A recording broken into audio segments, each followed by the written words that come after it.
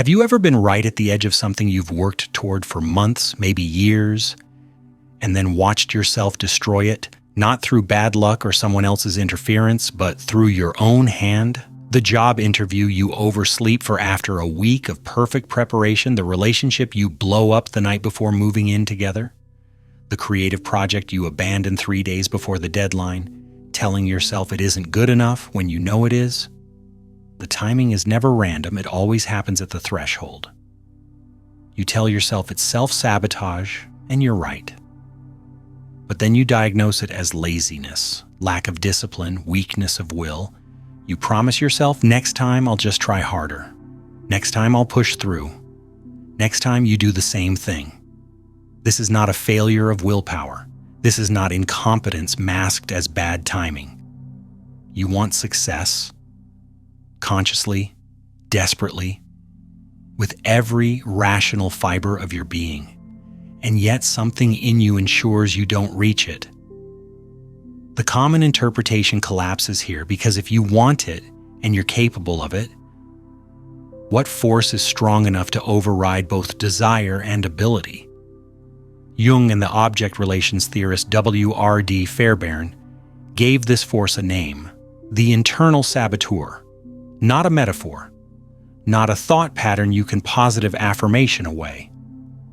An autonomous structure within the psyche, a splinter self with its own intelligence, its own intent, and its own will. It operates like a fifth column in your mind. It has access to your motor functions, your speech centers, your memory. It knows exactly when to strike and exactly what will bring you down. It doesn't want you to fail because it hates you. It wants you to fail because it's trying to protect you. Fairbairn called this the wounded protector, a part of you that learned long ago that reaching for success meant risking devastation. And so it developed a strategy. Destroy the opportunity before the world can. Fail on your own terms. Stay small. Stay safe. Stay in control of the pain. This video will map where this protector was born, how to recognize the moment it takes over, and how to transform it from the enemy within into an ally that serves your actual growth. But to understand why this saboteur exists, why it fights so hard to keep you contained, we need to go back to the moment it was created. The internal saboteur doesn't appear out of nowhere. It's built. And it's built in childhood, in the presence of what Fairbairn called the rejecting object, a parent or caregiver who is dismissive, hostile, or emotionally unavailable. Here's the bind. The child needs this parent to survive. Food, shelter, safety. All of it flows through this relationship. The child cannot afford to see the parent as bad, cannot afford to reject them, even when the parent rejects the child. So the child does something ingenious and devastating. They internalize the rejection, they take the parent's hostility inside and make it part of their own psychic structure. Fairbairn mapped this split with surgical precision. The child's ego divides into two opposing forces. The libidinal ego, the part that still hopes, still reaches, still desires connection and success. And the anti-libidinal ego, the part that identifies with the rejecting parent and turns their aggression inward. The anti-libidinal ego becomes the internal saboteur. It mimics the voice of the parent. It attacks the libidinal ego with the same contempt the parent once showed. You're not good enough. You'll be rejected. Don't even try. This is the closed system. The child learns to reject themselves before the world can. They learn to attack their own hope before it becomes dangerous. Because hope is dangerous. Hope means reaching out. Reaching out means risking the annihilating pain of being dismissed again. The saboteur's logic is brutally protective. If I destroy the opportunity first, I control the pain. If I fail on my own terms, I don't have to feel the devastation of being failed by someone else. This is why you sabotage at the threshold. The closer you get to success, the closer you get to the original terror, being visible, being seen, being vulnerable to judgment or abandonment. The saboteur strikes preemptively. It's safer to fail the test by not studying than to study hard and still be told you're not enough. Fairbairn called this the wounded protector for a reason. It's not trying to ruin your life. It's trying to save it, using the only strategy it learned when you were too young to have any other options. There's another layer here. Jung identified an archetype underneath this dynamic. The puer aeternus, the eternal youth. The puer lives what analyst Marie-Louise von Franz called the provisional life, a life suspended in infinite possibility, refusing to commit to anything specific because commitment means loss. For the puer, success is a form of death. To succeed is to be defined, to be pinned down by responsibilities, by visibility, by the adult world's demand that you show up and stay. Success means separation from the mother, the primary source of safety and identity. To surpass the parent to become independent feels like betrayal, or worse, annihilation. This is the double bind the saboteur enforces. Stay small, stay connected, stay safe. The moment you move toward real success, the saboteur pulls you back into the familiar suffering. Once you understand this protective logic, this intelligent, misguided strategy for survival, you can start to recognize when the saboteur takes the wheel. The saboteur doesn't announce itself. It doesn't send a memo that says, "I'm taking over now." But it does leave fingerprints. Watch the timing. You've prepared for a week. The interview is tomorrow morning. You set 3 alarms. And somehow you oversleep. Or you arrive on time but say something subtly self-destructive in the first 5 minutes. A joke that lands wrong, a comment that undermines your competence. Your mouth moves. The words come out. And some part of you watches from behind your eyes, horrified. The relationship is deepening. You're talking about moving in together. And the night before the lease signing, you pick a fight, not a small one, the kind that makes them question everything. You don't plan it, it erupts. And later, when you try to explain why, you can't. The creative project is nearly finished. You've been working on it for months. 3 days before the deadline, you read it over and decide it's not good enough. Objectively that it is. But the certainty collapses. You delete sections. You rewrite passages that didn't need rewriting. You miss the deadline. Again.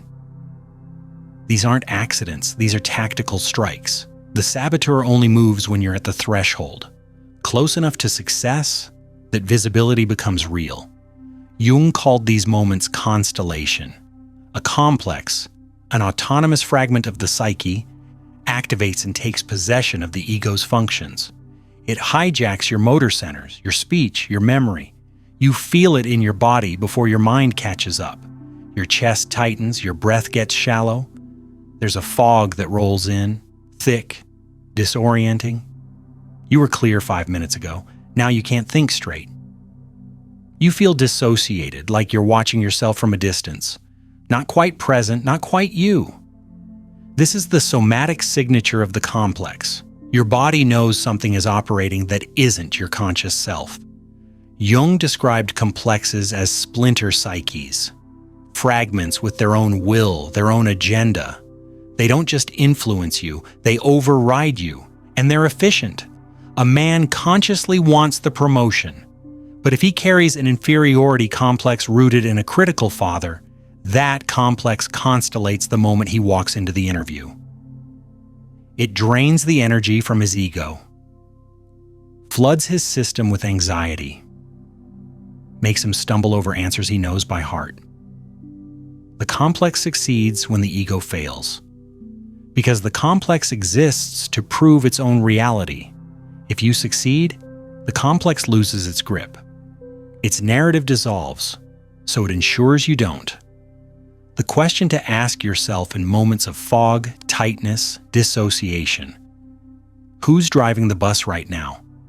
Because recognizing the takeover is the first step toward reclaiming the wheel.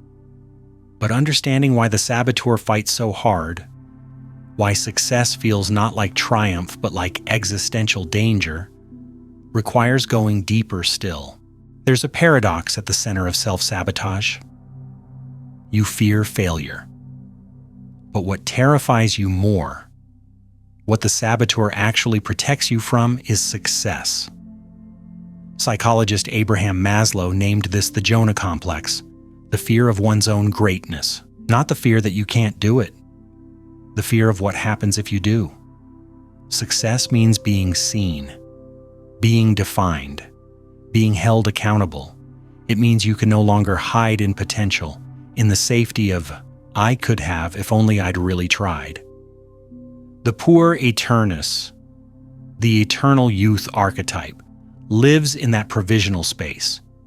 Infinite possibility. No commitment, no specificity, because to commit is to lose every other version of yourself you could have been. Success forces the choice, and the choice feels like death. There's an evolutionary logic underneath this. For most of human history, standing out was dangerous. Visibility meant becoming a target. For envy, for violence, for expulsion from the tribe. The saboteur carries this ancestral memory. It whispers, stay small, stay invisible, stay safe. But there's a more personal layer. Success often means surpassing the parent, becoming more visible, more capable, more independent than they were. And if your sense of self is still entangled with theirs, if your psyche is structured around not abandoning or betraying them, then success feels like separation, not freedom, annihilation. You succeed, and you lose the connection that kept you alive. This is why the saboteur creates what Jungian analyst Marion Woodman called the success force field, an invisible barrier that keeps you functioning just below your potential. You're brilliant, talented, capable, but you blow up every opportunity that threatens to make you truly visible. Not because you're broken, because visibility activates the original terror. Your brain reinforces this. Neuroscientist Lisa Feldman Barrett demonstrated that the brain is a prediction machine. It doesn't prioritize happiness. It prioritizes homeostasis, keeping the internal model stable and predictable. If your self-concept is I am someone who fails, then success creates what's called a prediction error, a massive mismatch between what your brain expects and what's actually happening. And the brain doesn't interpret novelty as exciting. It interprets it as threat. Success releases dopamine. But the unfamiliarity of success triggers the amygdala, the structure that scans for danger. Your nervous system floods with anxiety. Not because success is bad, but because it's unknown. And the unknown, to a brain wired for survival, is always dangerous. So the brain does what it's designed to do. It drives behavior back toward the baseline, back to the familiar hell, because in that familiar suffering, the prediction holds. I will fail becomes true again. And the validation of that prediction, even though it's painful, generates a neurochemical sense of safety. There's one more layer. You may be carrying fear that isn't even yours. Psychiatrist Carl Jung identified what he called the black sun, an image of a dead center in the psyche caused by unmourned ancestral grief. If your grandfather was persecuted for his success, punished for his visibility, your nervous system may have inherited the instruction: hide to survive. This isn't metaphor. Epigenetic research reveals that trauma markers pass through generations, creating a biological hyperreactivity to exactly the situations your ancestors couldn't survive. The saboteur in this light is not just protecting you, it's protecting the lineage. You cannot succeed because they couldn't. To succeed would be to betray the dead. So if the saboteur is this deeply embedded, wired into your neurology, your family system, your very sense of who you're allowed to become. How do you work with it? The work is not to kill the saboteur. You can't. It's a structural part of your psyche built into the architecture of how you learn to survive. The work is to transform its function from persecutor to protector in service of your actual life, not the ghost of your childhood wounds. Psychoanalyst Melanie Klein mapped the psychological maturity required for this shift. She called it moving from the paranoid schizoid position to the depressive position. These aren't clinical diagnoses. They're developmental stages of how the psyche organizes reality. In the paranoid schizoid position, the world is split into absolutes. Good object, bad object. Good self, bad self. There's no middle ground. No ambivalence, no integration. You're either perfect or you're worthless. The person either loves you or they're your enemy. This splitting is what keeps the saboteur alive. As long as you need to be all good, you have to exile the bad, and the exiled part attacks from the inside. The depressive position is the capacity to hold ambivalence, to recognize that the good object and the bad object are the same person, that you contain both light and shadow, that the saboteur isn't evil. It's the part of you that learned to attack your hope, because hope once meant annihilation. This brings what Klein called reparative guilt, not toxic shame, the feeling that you are bad, but guilt, the recognition that you've caused harm and the desire to repair it. You stop attacking yourself for being imperfect. You start repairing the damage the splitting caused. You accept being good enough instead of needing to be flawless. When you reach this position, the saboteur loses its grip, because it only has power in a psyche that can't tolerate its own complexity.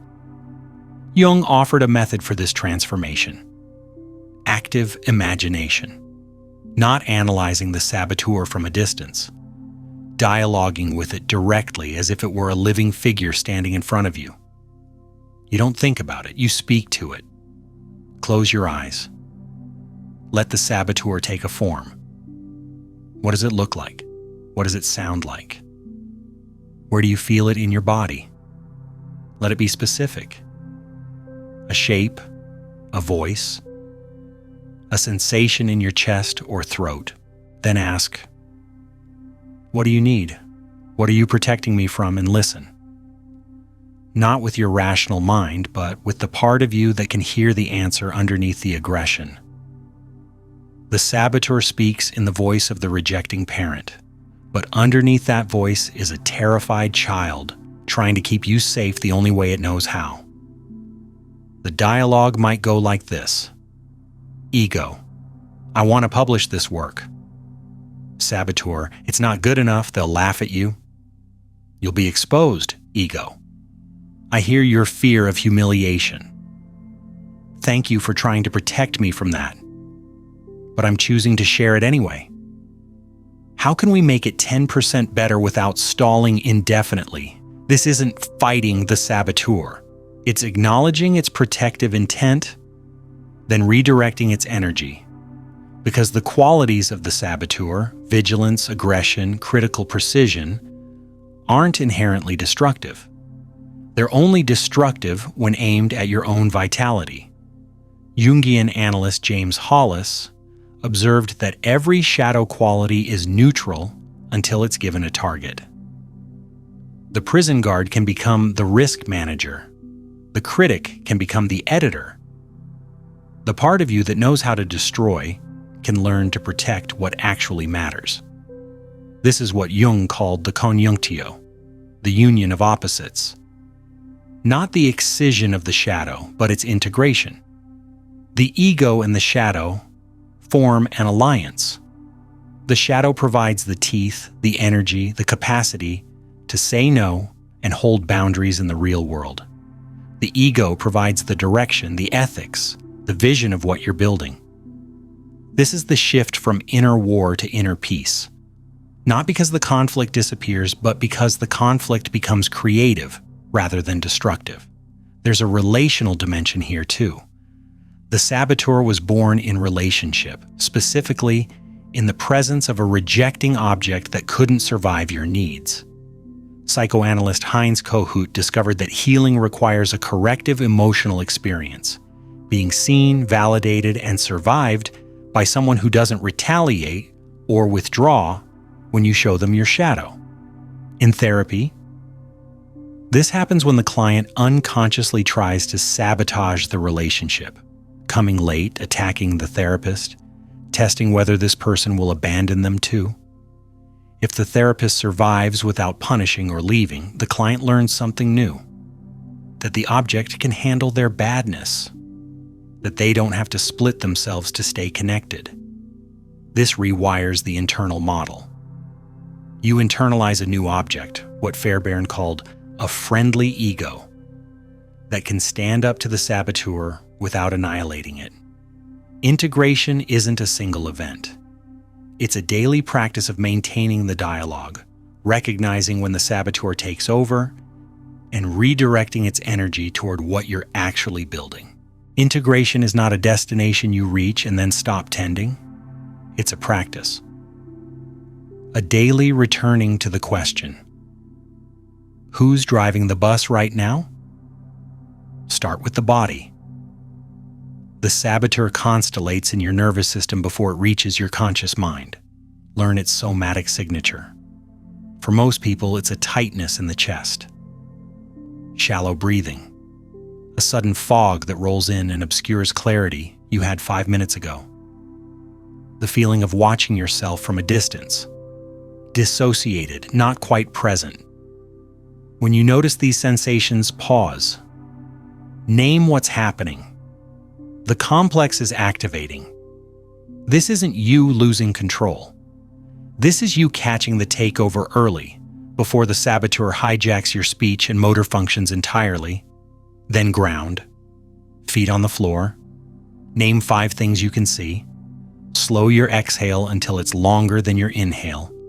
Trauma therapist Peter Levine called this pendulation, moving between activation and settling, widening the nervous system's capacity to tolerate the unfamiliar. Because that's what success is to a brain wired for familiar failure, prediction error, threat, unknown territory. Your work is to signal safety to the amygdala while the success is happening, to teach your body that visibility doesn't mean annihilation. The second practice is dialogical writing, not journaling about the saboteur, dialoguing with it. Give it a voice on the page. Ego, I want to send this email. Saboteur, they won't respond. You'll look desperate. Ego, I hear your fear of rejection. Thank you for trying to spare me that. I'm sending it anyway. What do we need to feel 10% safer while doing this? This isn't positive thinking, it's negotiation. You're not overriding the saboteur. You're acknowledging its protective intent, then redirecting its energy. The saboteur doesn't dissolve when you fight it. It dissolves when you stop needing it to keep you small. Here's the map of transformation you're moving through.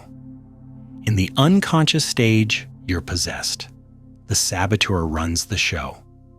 You experience it as fate, as external bad luck, as something happening to you. In the awareness stage, you recognize the pattern. You know you're sabotaging, but you can't stop it yet. This feels like a power struggle. The enemy within. In the confrontation stage, you personify the saboteur through active imagination. You see it as a figure, hear its voice, feel it in your body. It stops being abstract and becomes something you can speak to. In the transformation stage, you negotiate. You feed its actual need, not for failure, but for safety. You find ways to meet that need without destroying your life. In the integration stage, the saboteur becomes an ally, the prison guard becomes the risk manager, the critic becomes the editor. The aggression that once attacked your hope now protects what you're building in the world. This is the shift from repetitive failure to creative flow, from inner war to inner alliance. Thank you for exploring this with me. If this resonated, I invite you to like and subscribe. This work deepens when we're not alone in it. Share this with someone who might recognize themselves here and leave a comment with your reflections. Thank you for doing this consciousness work. See you in the next exploration.